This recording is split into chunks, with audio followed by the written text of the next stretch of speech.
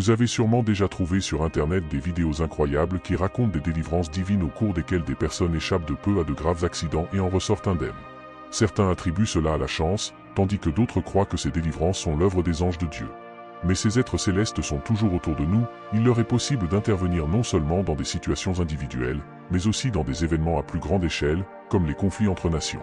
Dans la vidéo d'aujourd'hui, préparez-vous à une révélation fascinante sur l'archange Michel. Nous explorerons ce que fait cet ange puissant en ce moment et, comme point culminant, je partagerai un témoignage surprenant qui révèle comment les anges célestes, dirigés par Michael, ont défendu les Israéliens lors d'une récente bataille. Ne manquez pas cette occasion de plonger plus profondément dans le monde spirituel et de constater comment l'intervention divine peut se manifester de manière extraordinaire. Restez jusqu'à la fin pour voir cette histoire puissante, mais d'abord, bénissez. Laissez un like et commentez notre chaîne dans les commentaires. Cela aide ce message à atteindre plus de personnes. Les anges sont présents partout et bon nombre des libérations que nous expérimentons leur sont attribuées. En vérité, la Bible est riche en exemples qui illustrent le rôle des anges dans la vie des gens et les classent dans une hiérarchie spécifique. Parmi ces catégories, se distinguent les séraphins et les chérubins. Les séraphins occupent une position cruciale dans les cieux, comme le décrit le livre d'Isaïe, chapitre 6. Leurs responsabilités sont grandes et ils restent proches du trône de Dieu. Les chérubins, à leur tour, ont une autorité directe et accomplissent des tâches spéciales sous ordre divin. Leur proximité avec le trône du Seigneur les prépare à accomplir la mission que Dieu leur assigne. En plus de ces catégories, il existe des êtres vivants, une espèce unique d'êtres spirituels qui entourent le trône de Dieu. Ces formes rappellent celles d'un lion, d'un bœuf, d'un homme et d'un aigle. Possédant un grand pouvoir, ces êtres se consacrent au culte incessant de Dieu. Proclamant jour et nuit, « Saint, Saint, Saint est le Seigneur Dieu Tout-Puissant, qui était, qui est et qui vient ». Ces anges sont décrits dans le livre d'Ézéchiel et le livre de l'Apocalypse. Ézéchiel 1, dit, quant à la ressemblance de leur visage, il y avait une face humaine à droite des quatre, à gauche une face de lion, à droite une face de bœuf, et à gauche une face de bœuf. Côté la face d'un bœuf, d'un aigle.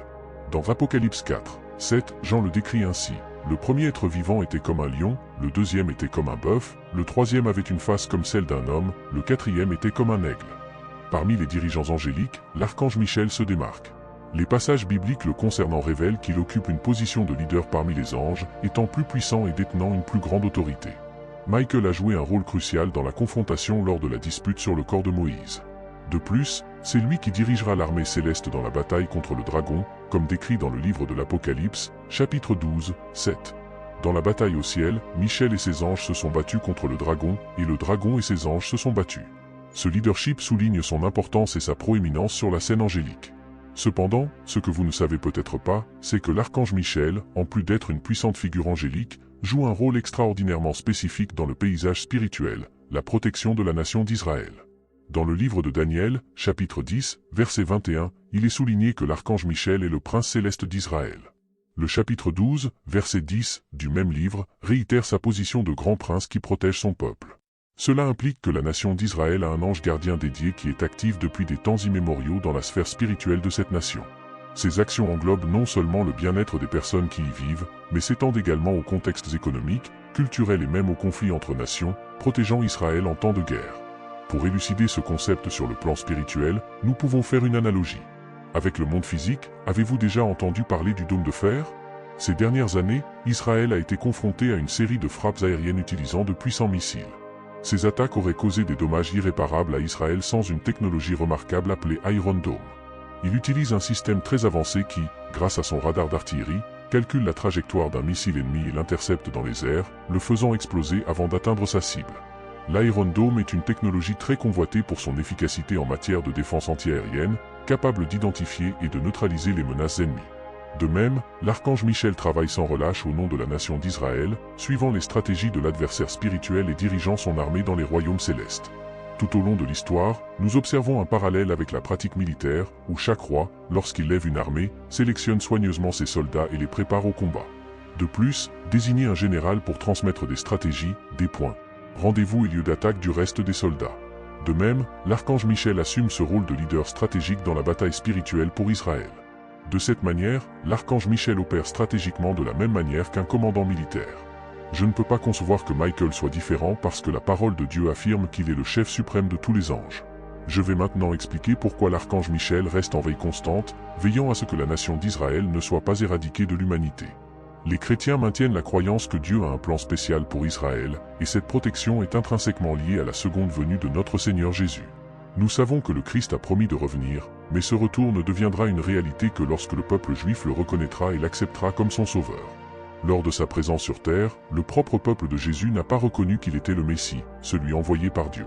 C'est pourquoi le Christ a exprimé sa profonde tristesse sur le mont des Oliviers, en prononçant les paroles suivantes. « Jérusalem, Jérusalem, vous qui tuez les prophètes et lapides ceux qui vous envoient. Combien de fois j'ai voulu rassembler vos enfants comme une poule rassemble ses poussins sous ses ailes, et vous ne l'avez pas voulu. Voici, votre maison sera laissée entre les mains du désert, car je vous dis que désormais vous ne me verrez plus, jusqu'à ce que vous disiez, bienheureux celui qui vient au nom du Seigneur. » Ici, il est clair que le retour de Jésus n'aura lieu que lorsque les Juifs crieront à l'aide, le reconnaissant avec les mots « Béni soit celui qui vient au nom du Seigneur ». Cela se produira après qu'Israël sera confronté à l'opposition de tous ses ennemis à la suite de la grande tribulation. Cette prophétie précédant la seconde venue de Jésus est cruciale et il la comprend profondément. Pour cette raison, il est impératif que Dieu protège Israël par l'intermédiaire de l'archange Michel afin de garantir qu'à l'avenir le peuple juif reconnaisse Jésus comme le sauveur envoyé par Dieu. Si la nation entière d'Israël était éradiquée comme le souhaitent ses ennemis, le retour de Jésus sur cette terre serait impossible. Vous comprenez donc qu'il est essentiel que le peuple juif persévère jusqu'à l'accomplissement de cette prophétie. Dans Matthieu 23, 39, il est écrit « Car je vous le dis, vous ne me verrez plus jusqu'à ce que vous disiez, béni soit celui qui vient au nom du Seigneur. » Maintenant, beaucoup pensent peut-être, mais il est impossible que tout le peuple d'Israël se donne à Jésus. Précisons cela pour une meilleure compréhension. Paul, dans Romains, dit « Je ressens une grande tristesse et une douleur infinie dans mon cœur à cause de mon peuple, qui est ma race et ma descendance, qui est le peuple élu de Dieu. » Aujourd'hui, nous assistons à un durcissement de la position de la nation d'Israël, remontant à une période où Dieu endurcit les cœurs juifs en réponse à leur rejet de Jésus-Christ. En d'autres termes, Dieu a permis à leur cœur de s'endurcir et de devenir hostile, en guise de punition divine pour leur rôle dans la crucifixion du Fils de Dieu. Paul mentionne que Dieu a pitié de qui il veut et endurcit qui il veut, dans Romains, chapitre 9, faisant référence à cet endurcissement qui est tombé sur la nation d'Israël. Paul a connu la persécution et l'hostilité pour. Une partie des Juifs, lorsqu'ils prêchaient dans diverses villes, étaient bien conscients de ce phénomène d'endurcissement comme forme de punition divine pour avoir rejeté le Messie. La complexité de ce phénomène réside dans le fait que ce durcissement ne concerne pas tous les Juifs. En fait, il existe un groupe restreint qui reste ferme dans la foi, composé de Juifs qui croyaient avant l'ère du Christ, de ceux qui ont maintenu leur foi pendant la présence du Christ et qui continuent de croire jusqu'à aujourd'hui. Cependant, il est crucial de noter que le nombre de ces Juifs fidèles est réduit en raison de l'endurcissement que Dieu a permis en guise de jugement pour avoir rejeté le Messie. Le mystère réside donc dans le fait que ce durcissement ne touche qu'une partie de la nation, et non la nation entière. Lorsque Paul mentionne que le durcissement est partiel, cela implique qu'il ne s'agit pas d'un état permanent, mais plutôt temporaire. Dieu n'a pas complètement abandonné les Juifs, il y a un moment fixé où il se manifestera à nouveau dans la grâce et la miséricorde envers eux. Cela met en évidence la perspective selon laquelle la période d'endurcissement ne sera pas éternelle, ce qui indique qu'en fin de compte Dieu n'a pas complètement abandonné son peuple élu. La période pendant laquelle Israël reste endurci durera jusqu'à ce que Paul appelle la plénitude des gentils. Les gentils, comme nous le savons, sont ceux qui ne sont pas juifs, terminologie utilisée par la nation d'Israël pour désigner les peuples non hébreux, c'est-à-dire ceux qui n'appartiennent pas au peuple de Dieu. Lorsque Paul mentionne l'arrivée de la plénitude des gentils, il indique qu'il y aura un temps où le nombre prédéterminé d'élus parmi les gentils sera atteint et complété. Ces élus, prédestinés par Dieu avant la fondation du monde, sont incorporés au royaume de Dieu tandis qu'Israël reste dans un état d'incrédulité. Bien que les Juifs ne croient pas, les gentils adhèrent de plus en plus à la foi. L'Évangile continue de se répandre à travers le monde, gagnant de plus en plus de croyants parmi les gentils. Cette avance persistera jusqu'à ce que le nombre prédéfini de gentils soit atteint. Dieu a déjà déterminé ce nombre et sait quand il sera atteint, à quel moment ces élus entreront dans le royaume de Dieu grâce à la prédication de l'Évangile, qui met l'accent sur la repentance et la foi en Jésus-Christ. Ensuite, Dieu concentrera à nouveau son attention sur les Juifs. Ce qui se passe ensuite est le troisième point, comme mentionné dans Romains 11, 26, et ainsi tout Israël sera sauvé. Le terme « ainsi » indique que cela se produira après l'entrée de la plénitude des gentils. Lorsqu'il parle de « tout Israël sera sauvé », il fait référence aux Juifs de souche, à la race juive elle-même. Certaines personnes tentent d'éviter l'apparente complexité de cette affirmation, comprenant que « Israël » fait ici référence à l'Israël spirituel, qui englobe à la fois les Juifs et les gentils. Maintenant que vous comprenez cela, vous souvenez-vous de ce que j'ai mentionné au début de cette vidéo à propos de l'épisode récent de l'histoire où les anges ont littéralement protégé Israël ? Eh bien, en 1973, il y a eu un conflit armé entre Israël et la coalition des nations dirigée par l'Égypte et la Syrie, connue sous le nom de Comme la guerre du Yom Kippour, cette guerre a commencé par une attaque surprise de l'Égypte et de la Syrie contre Israël le jour le plus saint du calendrier juif, Yom Kippour, le jour des expiations. Prise par surprise et encerclée par des ennemis de tous bords, l'armée israélienne fait face à une situation critique avec peu de chars disponibles, c'est-à-dire avec une protection insuffisante. À cette époque d'extrême vulnérabilité, la nation entière d'Israël courait un risque imminent d'extinction. Mais c'est à ce moment-là qu'un miracle remarquable s'est produit. Alors que les troupes syriennes avançaient avec leurs chars, un signe impressionnant apparut dans le ciel, obligeant les Syriens à battre en retraite et à abandonner l'attaque. Face à cet événement, des journalistes se sont adressés au commandant des troupes syriennes pour s'enquérir des raisons de ce retrait brutal.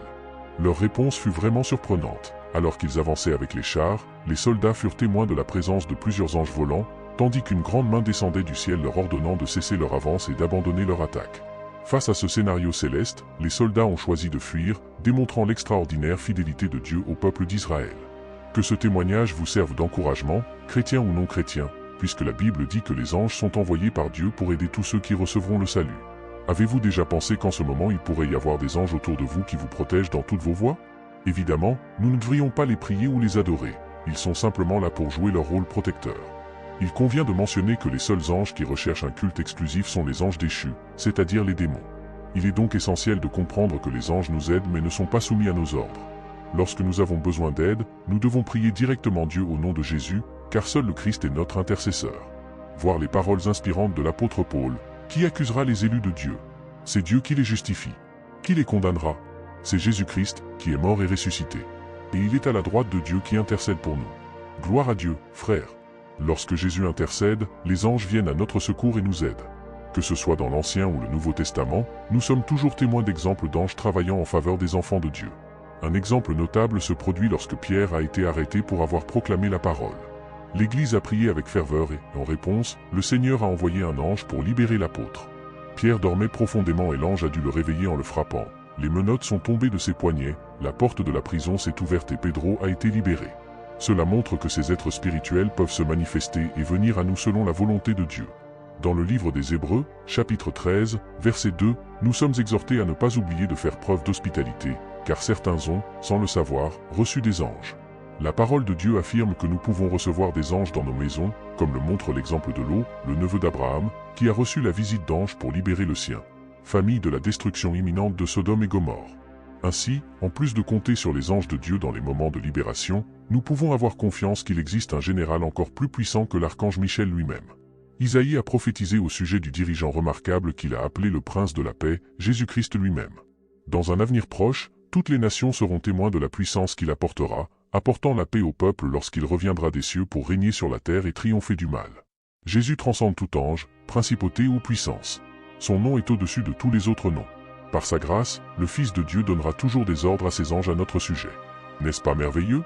Compte tenu de cela, il est de notre devoir de louer et de magnifier le nom de Jésus.